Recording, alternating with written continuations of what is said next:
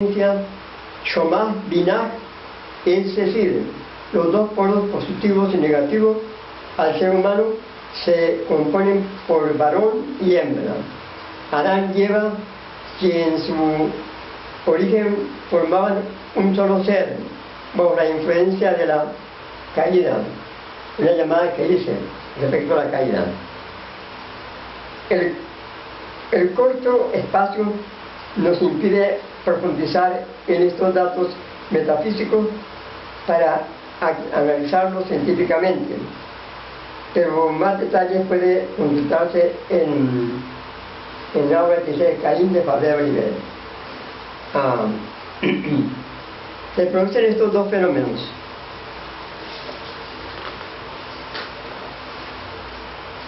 Uno, la división de este único en una serie de seres andrógenos, Eva. 2. La materialización y la subdivisión de cada uno de estos andrógenos de dos seres materiales y de sexo separados, un hombre y una mujer, es ya el estado terrestre.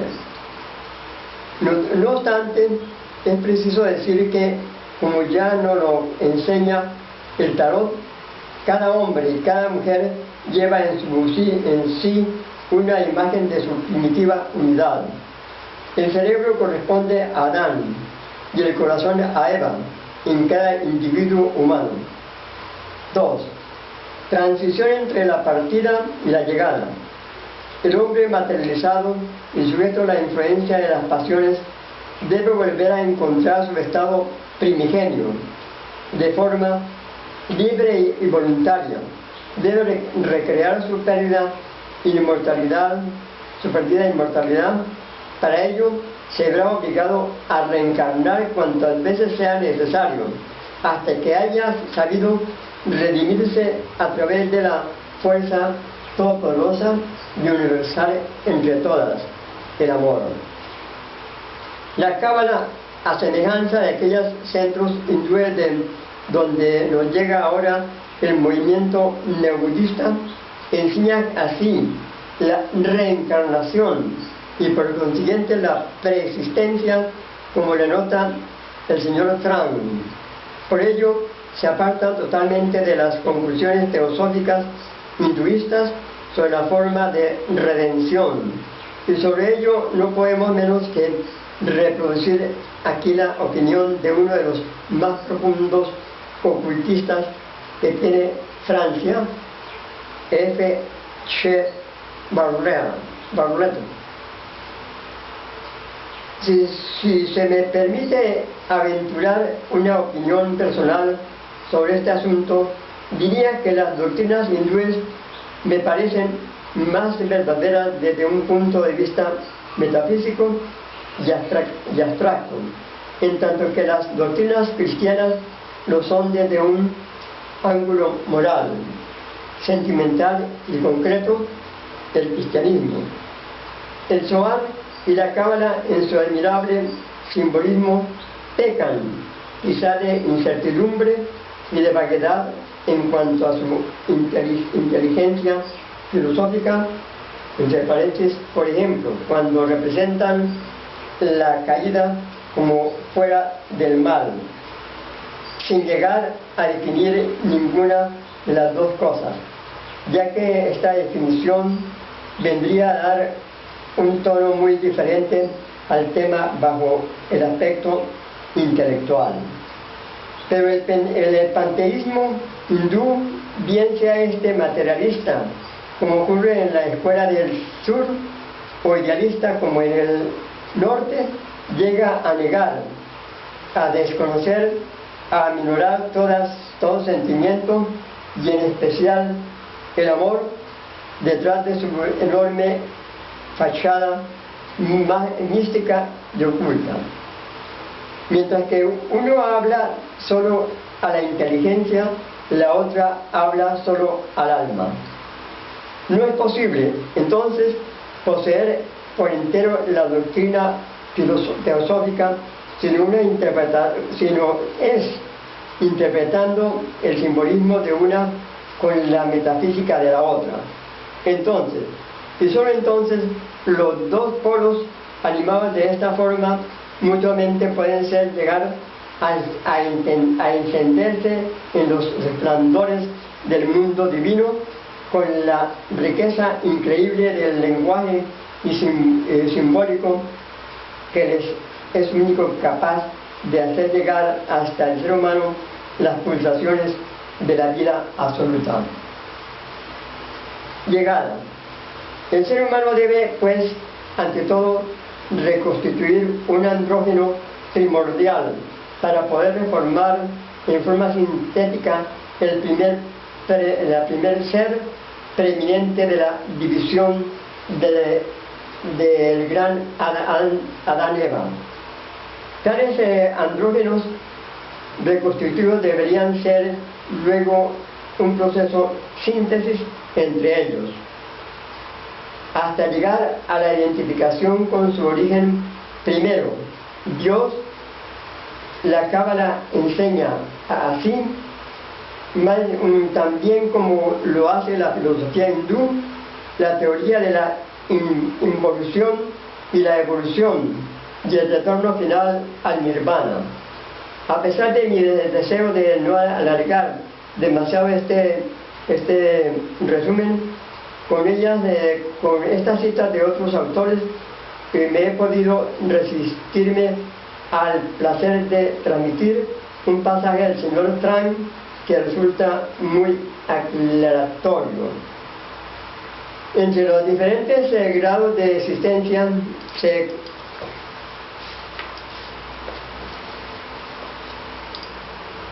conocen también como las 7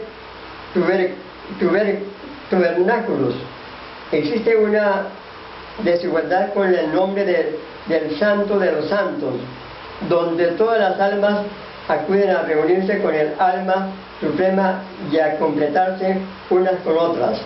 Allí, donde entra la unidad y en la perfección, todo se confunde en un solo pensamiento, lo que se extiende sobre el universo y lo colma por entero. Pero el fondo de este pensamiento, la luz que se oculta detrás del mismo, no puede ser jamás alcanzada ni conocida, puesto que solo se llega a entrever el pensamiento que de ella emana. En fin, en tal estado, la criatura no se distingue ya del Creador, un mismo pensamiento les ilumina y una sola voluntad les mueve.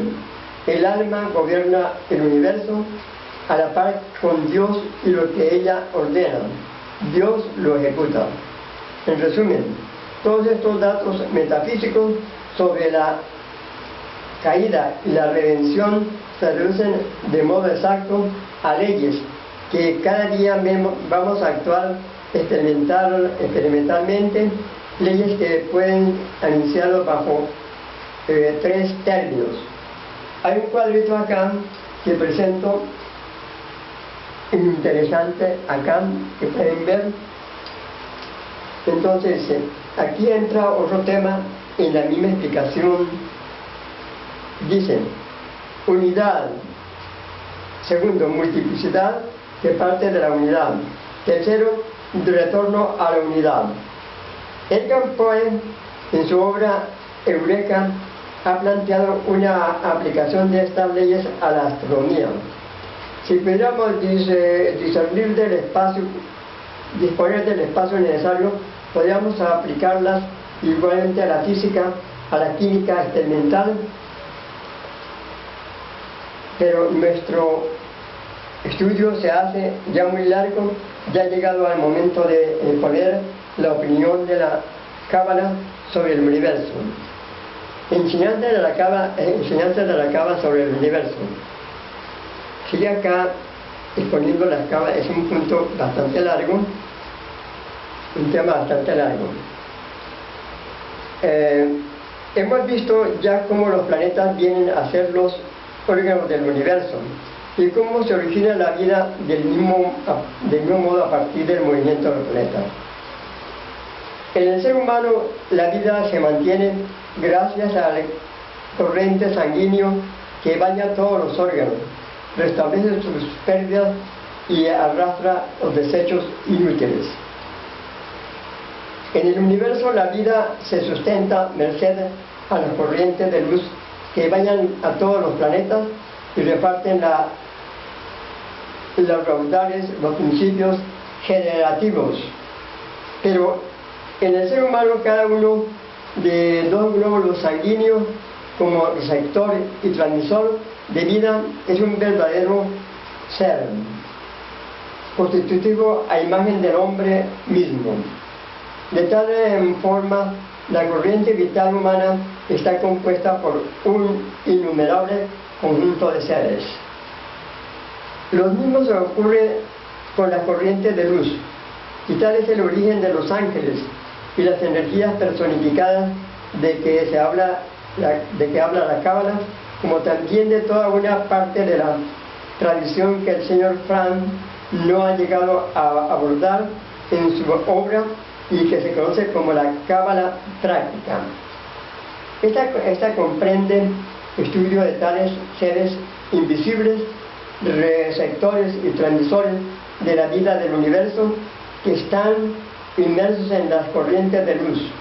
Los cabalistas aprenden a entrar en contacto con estos seres y a conocer sus respectivos poderes. De allí provienen todos los datos de la astrología, magia, demonología que se incluye en la Cábala. Pero el ser humano, la fuerza vital se transmite a través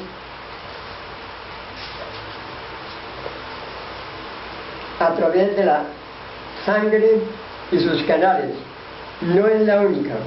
Por encima de ella, gobernando su avance, hay otra fuerza, es la energía nerviosa.